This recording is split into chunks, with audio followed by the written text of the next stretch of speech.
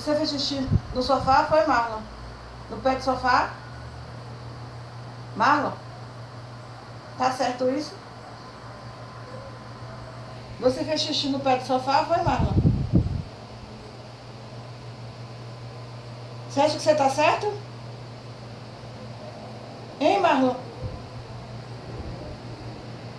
Você fez xixi no pé do sofá, Marlon? É lá que faz xixi ou é no banheiro? Onde é que faz, Marlon? Tá com vergonha, é? Tá com vergonha de quê? Se você tivesse vergonha, Marlon, você não tinha feito. Hein? Tá com vergonha? Vergonha de quê?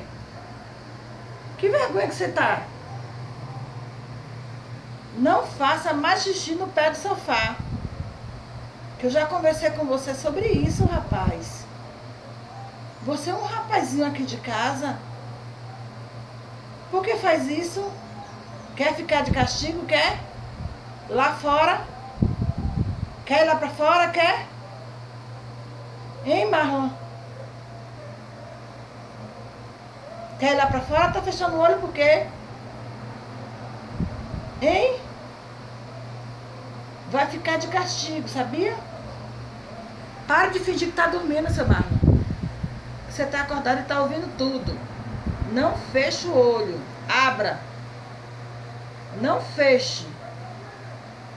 Não feche. Abre o olho, Marlon. Fica assim, pra me ouvir e me ver. Você fez xixi lá no pé do sofá. Tá certo isso? Hein? Vem cá. Vem cá pra gente acertar esse assunto aqui. Vem aqui ver o sofá que você fez xixi. Vem cá, vem.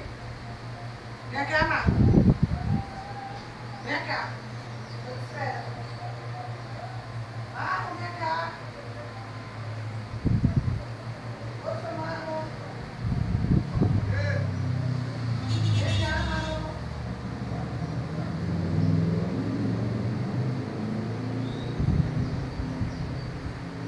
Marlon, vem cá.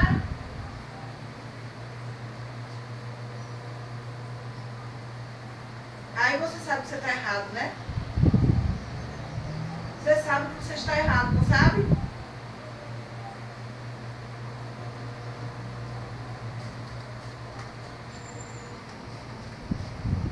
Não adianta se esconder que eu tô vendo você aí.